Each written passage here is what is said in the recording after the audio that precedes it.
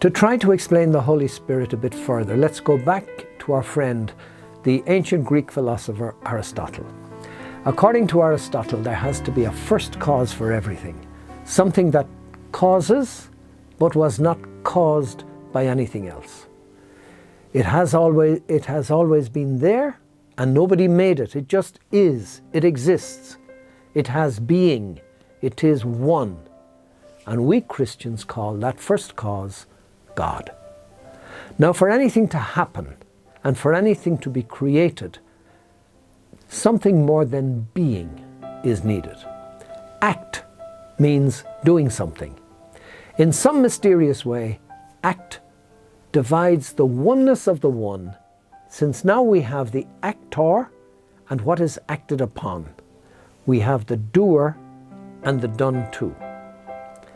An act happens in time, and time is divided by it.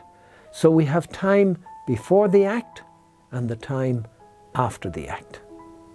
Finally, if the act is an act of creation, then there is the creator and also the created. So we have being and we have act. But there is one more principle to go. Most created things don't need it, but we do. Stars and planets and rocks and everything else obey the laws of their being, which are the fixed laws of physical science. A star shines because it cannot not shine. It has no choice. But there are creatures in the universe that are not entirely ruled by physical laws. They can decide to do or not to do. That is, they are alive.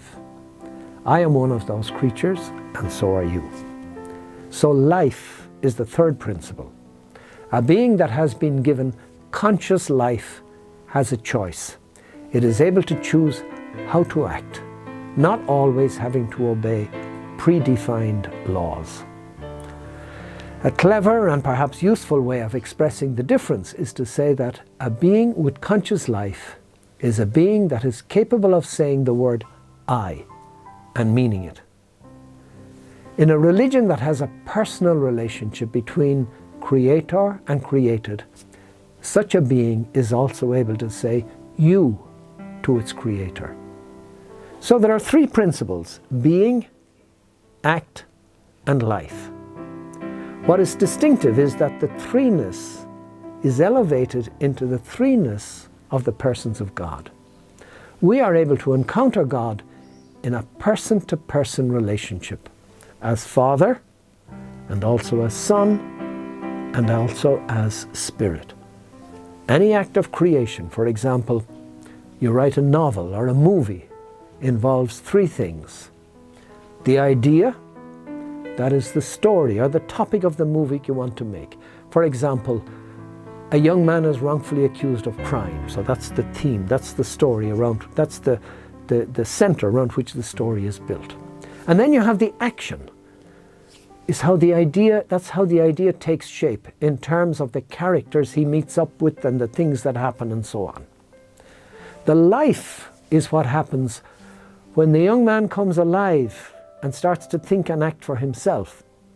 And for a healthy, living work to be created, the idea and action and life all have to be present and in balance. In a play or a novel or a film, these are distinct faculties in the author. In the Christian universe, they are the distinct persons of the Trinity: the Father, the Son, and the Holy Spirit. Looking back at being, act, and life, the Father corresponds to being, omnipotent and eternal. The Son, through whom all things are made and who operates in time, corresponds to act. And the Spirit is the one who gives us life. In the Creed we say that we refer to the Holy Spirit as the Lord, the giver of life. And that's the topic of the next talk.